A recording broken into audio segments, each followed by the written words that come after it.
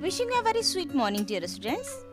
Today I am going to read the chapter 6, A Good Citizen, from your book Rainbow.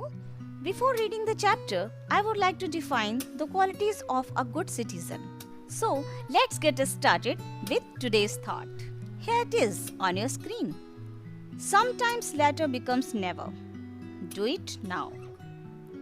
कभी कभी बाद में कभी नहीं होता, इसलिए जो भी करना है अभी करिए।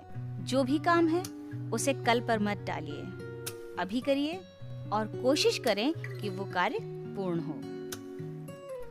Now I am going to define a good citizen. अच्छा नागरिक एक अच्छे या आदर्श नागरिक के रूप में हर समाज के लिए एक मूल्यवान संपत्ति है। कोई भी देश सफल नहीं हो सकता है अगर उसके नागरिकों में नागरिकता के गुणों की कमी होती है।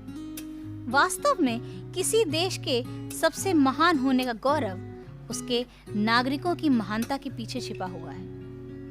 देशभक्त से बेहतर नागरिक होना ज्यादा जरूरी है, वो भी अच्छा नागरिक। सवाल उठता है कि एक अच्छे नागरिक का क्या मतलब है।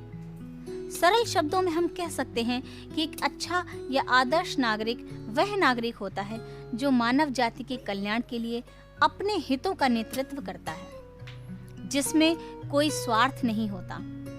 वह पूरे समाज के कल्याण के लिए अपने हितों का त्याग कर सकता है। हम जरूर इस देश के नागरिक हैं, लेकिन क्या हम अच्छे नागरिक हैं? इसका निर्णय आपको लेना है। Dear students, now I am going to start the reading. Rachel's uncle and aunt lived in Mysore. Rachel के चाचा और चाची मैसूर में रहते थे। Rachel and her parents had gone to Mysore to spend their vacation with them. Rachel और उसके माता-पिता उनके साथ अपनी छुट्टियां बिताने मैसूर गए। They were all excited as they were going to visit the Vrindavan garden. वे सब उत्साहित थे क्योंकि वे वृंदावन उद्यान जा रहे थे। On the way, her aunt told them that about 2 million tourists visit the Vrindavan garden every year. रास्ते में उनकी चाची ने उन्हें बताया कि हर साल लगभग 20 लाख यात्री वृंदावन उद्यान देखने आते हैं। Rachel said, "Aunt, it is going to be fun." चाची, यह बहुत ही मजेदार होगा।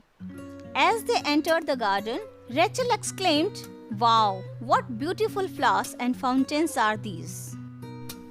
जैसे ही वे उद्यान के अंदर पहुंचे, रेचल बोली, वाह, कितने सुंदर फूल और फव्वारे हैं ये। I must make a bouquet for myself. मुझे अपने लिए एक गुलदस्ता बनाना चाहिए। The moment she tried to pluck one of the flowers, her aunt stopped her and said, "Don't do that. We should not pluck flowers." जैसे ही उसने एक फूल तोड़ने का प्रयास किया, उसकी चाची ने उसे रोका और कहा, ऐसा मत करो, हमें फूल नहीं तोड़ने चाहिए। After taking a round of the whole garden, they sat down to have snacks. पूरे उद्यान का एक चक्कर लगाने के बाद वे स्नैक्स खाने बैठ गए। Aunt had brought popcorn, samosas, sandwiches and fruits for everyone. चाची सबके लिए पॉपकॉर्न, समोसे, सैंडविच और फल लाई थी।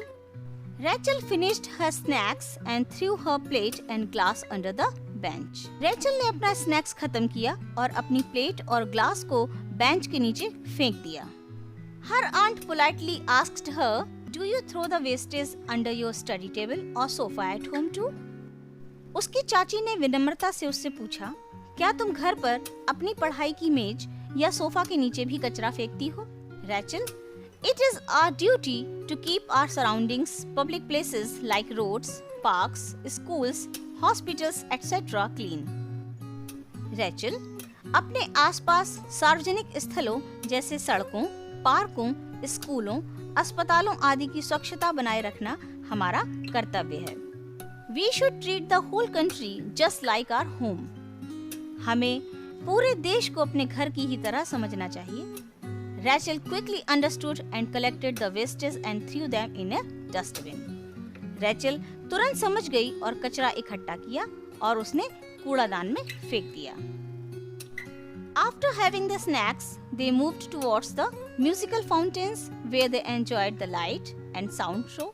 स्नैक्स खाने के बाद वे संगीतमय फव्वारों की तरफ गए जहां उन्होंने लाइट और साउंड शो का आनंद लिया. When they moved out, they saw an old man tripped and fell down. जब वे बाहर आए तो उन्होंने देखा कि एक बूढ़ा आदमी ठोकर खाकर गिर पड़ा. Her aunt ran and helped the old man while the others were still thinking what could be done. Rachel की चाची भागी और बूढ़े आदमी की मदद की, जबकि बाकी लोग अभी सोच ही रहे थे कि क्या किया जा सकता था.